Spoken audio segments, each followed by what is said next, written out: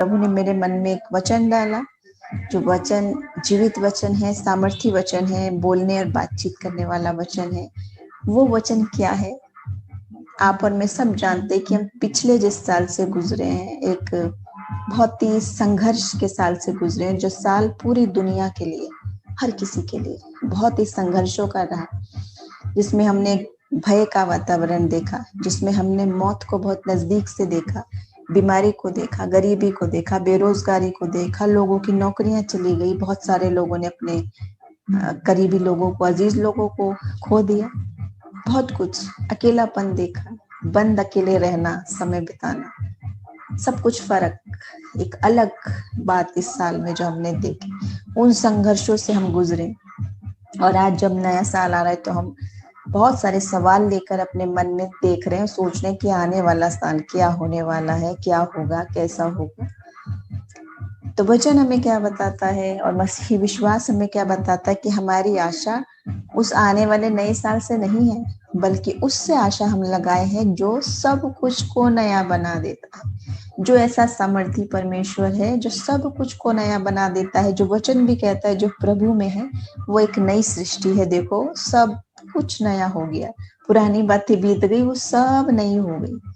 व्यक्ति को नया बना सकता है, साल को नया बना सकता है, परिस्थितियों को नया बना सकता है, सब कुछ करने वाला परमेश्वर है। वचन में से हम देखेंगे, सिर्फ 6 बातों पे मैं गौर करूंगी कि इस आने वाले साल में कौन सी 6 बातें हम करें वचन के मुताबिक, ताकि आपका और मेरा ये आने वाला वर्ष वाकई में आशीषित हो, हर तरीके से, आत्मिक रीति से भी, शारीरिक रीति से भी, और विकास की स्थिति भी देखते हुए, और आशीषों को, बरकतों को देखते हुए, हर प्रकार से, रूहानी भी, दुनियावी भी, स्वास्थ्य को, प्रोटेक्शन को, सब कुछ को कवर करती हैं ये सब बातें वचन में से। तो हम जाएंगे पहली बात, उसकी हम खोज में रहें। और उसके लिए मैं आपके सामने पढ़ना चाहूंगी व्यवस्था विवरण, उसका 4 अध्याय और 29 और 31 वचन।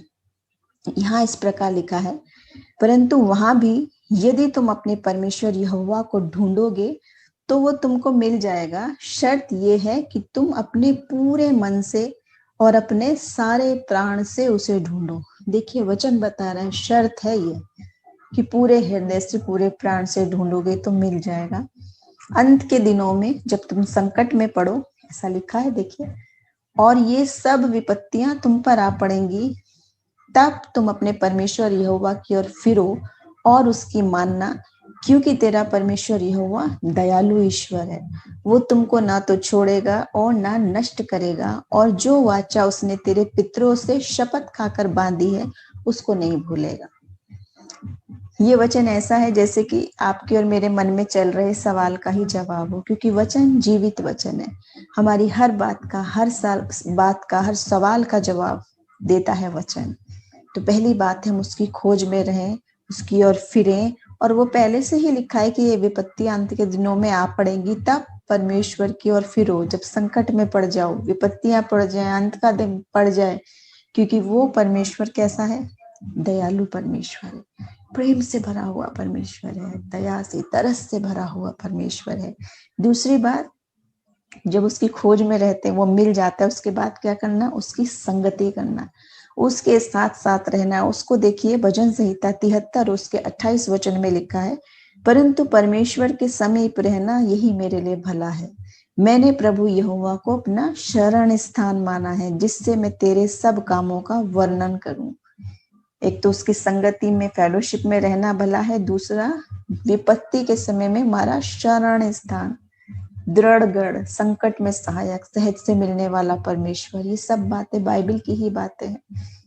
कैसे सुंदर वायदे हैं, इंसान की बातें नहीं है, वो कहे और करे ना, ये परमेश्वर के वायदे हैं। जो आसमान और पृथ्वी टल जाए लेकिन वो टल नहीं सकते, वो वायदे हैं ये प्रभु के। और वो वायदा कह रहा है ये कि जब हम उसको अपना शरण स्थान मान लेते हैं, उसके प्रोटेक्शन में आ जाते हैं, गढ़, संकट में सहायक और सहज से मिलने वाला, आसानी से मिलने वाला वो सहायक परमेश्वर है। और तब क्या है? मैं उसके सब कामों का वर्णन करूंगा। उसके ढूंढें, उसको पालें, फिर उसकी संगति में रहें। और अगली बात, तीसरी बात, जब उसको पा लिया तो जरा अपने कानों को खोलें उसकी आत्मा की अगुवाई को सुनने के लिए और जानने के लिए। वचन हमसे कहता है कि परमेश्वर धीमे मधुर स्वर में बातचीत करता है, प्रभु का आत्मा, जिसको हम कई बार सुनना समझना नहीं चाहते, लेकिन वचन हमें कह रहा है। और उसके लिए एक बहुत ही अच्छा वचन है, और वो है नीति वचन 3 और उसके 5 से 10 में इस प्रकार लिखा है, तू अपनी समझ का सहारा ना लेना, वरन संपूर्ण मन से यहोवा पर भरोसा रखना, उसी को स्मरण करके सब काम करना, तब वो तेरे लिए सीधा मार्ग निकालेगा। अपनी दृष्टि में बुद्धिमान ना होना, यहोवा का भय मानना और बुराई से अलग रहना। उसके बाद भी बहुत सारी बातें हैं इसी वचन में। हम देखें तो सब प्रकार की आशीष देने का प्रभु वायदा करता है, जब हम अपनी समझ का सहारा नहीं, अपनी दृष्टि में बुद्धिमान नहीं, उन सब लोगों से दूर रहें जो मैं और मेरा और मेरी बुद्धि और मैंने ये करा मैंने वो करा जो करते हैं। क्योंकि आत्मा की अगुवाई में कहने वाला आदमी महिमा प्रभु को देता है, और वो वही करता है जो आत्मा कह रही है, अपनी बुद्धि को बड़ा समझ के नहीं। क्योंकि हमारे सोच विचारों में और परमेश्वर के सोच विचारों में इतना ही फर्क है जैसे आसमान और जमीन का, वचन ऐसा बताता है। और वो जब हमें बुद्धि देता है तो वचन क्या बताता है, जब परमेश्वर हमें बुद्धि देता है तो हमें शिक्षकों से भी अधिक समझदार बना देता है। ऐसी बुद्धिमानी कि लोग सोचने लगते हैं इसको इतनी सी उम्र में, इसको ऐसी छोटी सी जगह में कैसे इतनी बुद्धि आ गई। क्योंकि प्रभु का आत्मा वो बातें खोल खोल कर समझाता और बताता है। तो उसकी उस बात को इस साल अपनी कानों को खोलें। जो कहते हैं प्रभु बात नहीं करता, बहुत सारी तरीके से प्रभु बात करता है, और वो बात करेगा आपसे। अपने कानों को खोलें, दिलों को खोलें उसकी आवाज को सुनने के लिए। जितनों ने पाया है आत्मा वो दुगना अभिषेक पाए प्रभु आने वाले सालों में। जिन्होंने नहीं चखा वो चख के देखें, परख कर देखें। अगली बात यह है कि वचन हमें बताता है कि जो सवाल जवाब हमारे मन में होते हैं वो जवाब प्रभु देता है आत्मा की अगुवाई से। क्योंकि परमेश्वर जानता है हमारे लिए सर्वोत्तम चीज क्या है, बेहतर चीज क्या है। हमें वो नहीं दिखाई देता क्योंकि हम इंसानी आंखों से इंसानी समझ से देखते हैं, लेकिन परमेश्वर सर्वशक्तिमान परमेश्वर, जो वचन कहता है एक एक लहर उसकी आज्ञा मानती है, एक एक तारे को वो नाम लेके जानने वाला परमेश्वर है। हमारे एक एक बाल का हिसाब रखने वाला, गर्भ में रचे जाने से पहले हमें जानने वाला परमेश्वर, जिसने हमारे बेडोल तत्व को देखा है, जब हड्डी हड्डी जोड़ जोड़ के बनाई जाती थी तब से जानने वाला परमेश्वर, हमारे हर दिन उसकी पुस्तक में लिखे, हमारा चित्र उसने अपनी हथेलियों पे खो दिया। सब बाइबल के वचन हैं। जिन्होंने नहीं कभी सुना नहीं पढ़ा, वचन पढ़ के देखें। आपके और मेरे सब के लिए प्रेम की बातें, आशीष की बातें, और जब सब सवालों का जवाब हमें उस जगह में मिलता है। उसके बाद हम अपनी आशा उस पर क्यों लगानी है और उससे संगति क्यों करनी है, उसकी अगुवाई क्यों पानी है, क्योंकि वो सर्वशक्तिमान, और वो जो कर सकता है वो कोई और कर नहीं सकता। हम उत्पत्ति की किताब में देखते कैसे परमेश्वर ने मनुष्य की सृष्टि की और उसको श्वास फूका, अपने स्वरूप में बनाया, मिट्टी से बनाया। यानी कितना कमजोर इंसान है कि वो एक मिट्टी से, उसके हाथों की रचना, श्वास देने वाला भी वही है, श्वास लेने वाला भी वही है, जीवन भी मृत्यु भी। लेकिन जो उस पर ईमान लगाए रहते हैं, जो उस पर दृष्टि लगाए रहते हैं, उसके लिए क्या क्या बातें हैं, उसको मृत्यु का भी भय नहीं, मृत्यु का भी भय नहीं, क्योंकि हम आगे चल के देखेंगे कि क्या क्या परमेश्वर की योजना है। चौथी बात है, इन सब बातों में हम महिमा परमेश्वर को दें सिर्फ। इसके लिए मैं आपके सामने एक वचन पढ़ना चाहूंगी, रोमियो 1 और उसके 21 से 25। इसमें इस प्रकार लिखा है, इस कारण परमेश्वर को जानने पर भी उन्होंने परमेश्वर के योग्य बढ़ाई और धन्यवाद नहीं किया, परंतु व्यर्थ विचार करने लगे, यहाँ तक कि उनका निर्बुद्धि मन अंधेरा हो गया। वे अपने आप को बुद्धिमान जताकर मूर्ख बन गए, बाइबल कह रही है, और अविनाशी परमेश्वर की महिमा को नाशमान मनुष्य, पक्षियों, चौपायों, रेंगने वाले जंतुओं की मूर्तों की समानता में बदल डाला। ये सारी बातें, यानी कि चॉइस हमारी कि हमने क्या करना है क्या नहीं करना है। और ये इन सब चीजों को पहला बना दिया का मायने क्या है कि ये मूर्ति पूजा का ही एक दूसरा रूप है। अगर हम प्रायोरिटी, जो पहला स्थान परमेश्वर को मिलना है, अगर वो हम पहला स्थान किसी और को दे रहे हैं, वो भी मूर्ति पूजा के बराबर है। भले ही वो आपका फोन हो, भले ही वो आपका व्हाट्सएप हो, फेसबुक हो, कोई भी एडिक्शन क्यों ना हो, भले ही वो आपका प्रेमी हो, प्रेमिका हो, अगर आप परमेश्वर से बढ़कर स्थान देने लगे, प्रभु का दर्जा देने लग गए हैं आप उसको, तो जरा चेक कर लें महिमा किसे दे रहे हैं। प्रभु के दासों को भी नहीं, उनका आदर उनकी जगह है, लेकिन यीशु मसीह का स्थान कोई भी नहीं ले सकता है। तो हमें महिमा जलाल सिर्फ और सिर्फ परमेश्वर को ही देते रहना। हम बिल्कुल इंसान है, प्रभु के जन है, उन्हें आदर करते हैं, प्रेम करते हैं, सब कुछ है, लेकिन परमेश्वर का स्थान हम उन्हें नहीं दे सकते, वो दर्जा हम उन्हें नहीं दे सकते। पांचवी बात है, मैं माफी चाहती हूँ, पास में बहुत जगह में शोर बहुत हो रहा है। तो सब जानते हैं हम लोग न्यू ईयर वाले दिन आस पास में पूरे सब जगहों में कैसे जश्न के माहौल रहते हैं, लेकिन हम मसीही लोग जो हम जानते हैं हमारा सच्चा आनंद किस में है, सच्चे जश्न की खुशी किस में है। इन डीजे में नहीं है, नाच गानों में नहीं है, पार्टीज में नहीं है, लेकिन प्रभु के वचन की उस सत्यता को जिसने जान लिया, चख के देख लिया। पांचवी बात है, हम पवित्र रहें। देखिए इसी संबंध में मैं बात कर रही थी और यही बात निकली है भजन संहिता 1। क्या ही धन्य है वो पुरुष जो दुष्टों की युक्ति पर नहीं चलता, ना पापियों के मार्ग में खड़ा होता है, ना ठट्टा करने वालों की मंडली में बैठता है, परंतु वो तो यहोवा की व्यवस्था से प्रसन्न रहता है और उसकी व्यवस्था पर रात दिन ध्यान करता है। वो उस वृक्ष के समान है जो बहती नालियों के किनारे लगाया गया है, अपनी ऋतु में फलता है, उसके पत्ते कभी मुरझाते नहीं, इसलिए वो जो कुछ पुरुष वो करे वो सफल होता है।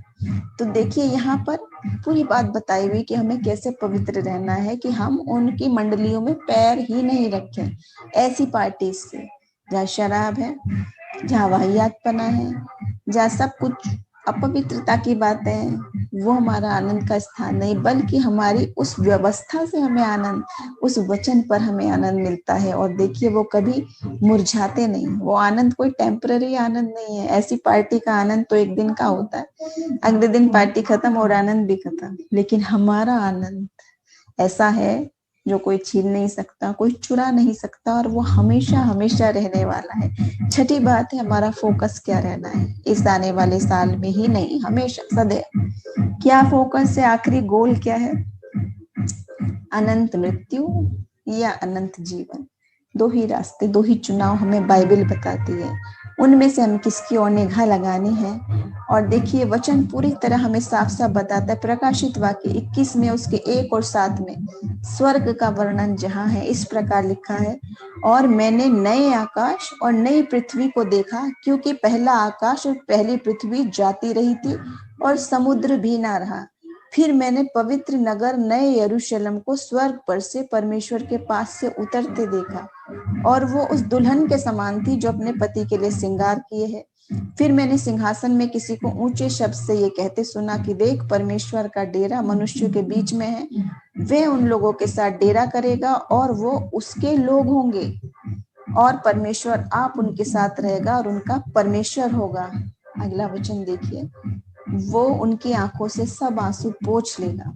इसके बाद मृत्यु ना रहेगी, ना शोक, ना विलाप, ना पीड़ा रहेगी, पहली बातें जाती रही। और जो सिंहासन पर बैठा था उसने कहा कि देख, मैं सब कुछ नया कर देता हूँ।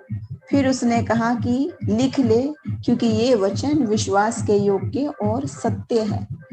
फिर उसने मुझसे कहा, ये सब बातें पूरी हो गई हैं। मैं अल्फा और ओमेगा, आदि और अंत हूँ। मैं प्यासे को जीवन के जल के सोते में से सेंत मेंत पिलाऊंगा। जो जय पाए वही इन वस्तुओं का वारिस होगा, और मैं उनका परमेश्वर होऊंगा और वो मेरा पुत्र होगा। यहाँ पर बताया स्वर्गीय वर्णन, ऐसी जगह का प्रभु वायदा करता है जहाँ आंसू नहीं, दुख नहीं, वहां से आंसुओं को पोंछ लेगा हमारा परमेश्वर। और आखिरी में मैं सुंदर से एक वचन के साथ खत्म करना चाहूंगी, जो बेहद आशीषित वचन है, जो सच्ची आशा, नई आशा हमें देता है। वो क्या आशा है? वो है यूहन्ना 14 और उसके 2 और 6 में यीशु मसीह की कही हुई बातें हैं। वो है, तुम्हारा मन व्याकुल ना हो, तुम परमेश्वर पर विश्वास रखते हो, मुझ पर भी विश्वास रखो। मेरे पिता के घर में रहने के बहुत से स्थान हैं, यदि ना होते तो मैं तुमसे कह देता, क्योंकि मैं तुम्हारे लिए जगह तैयार करने जाता हूँ। और यदि मैं जाकर तुम्हारे लिए जगह तैयार करूं तो फिर आकर तुम्हें अपने यहाँ ले जाऊंगा, कि जहां मैं रहूं वहां तुम भी रहो। जहां मैं जाता हूं तुम वहां का मार्ग जानते हो। थोमा ने उससे कहा, प्रभु हम नहीं जानते तू कहाँ जाता है तो मार्ग कैसे जाने। यीशु ने उससे कहा, मार्ग और सच्चाई और जीवन मैं ही हूँ, बिना मेरे द्वारा कोई पिता के पास नहीं पहुंच सकता। इतनी सुंदर वचन, इतना स्पष्ट वायदा प्रभु यीशु मसीह का है कि वो जगह तैयार करने जाता है ताकि जहां वो रहे हम भी रहें और हमारा आनंद पूरा हो। स्वर्ग की बात, नरक की बात, मृत्यु की बात, मृत्यु के बाद की बात, दुष्ट आत्माओं की बात, स्वर्ग की बात, सब फरिश्तों की बात, सब कुछ समझाया है बाइबल में जब हम पढ़ के देखते हैं। तो यह बात हमारे लिए स्पष्ट हो गई कि जो मसीह में वो नई सृष्टि है, सब बातें बदल गई, सब कुछ नई हो गई। इसलिए हमारा देखना, सोचना, समझना, हमारा आनंद, हमारी हर बात फर्क क्यों है? क्योंकि जिसने सत्य को जान लिया, जिसने सच्चे आनंद को जान लिया, वो इस टेम्परेरी आनंद में कैसे सहभागी होगा और क्या आनंद उसको इसमें आएगा।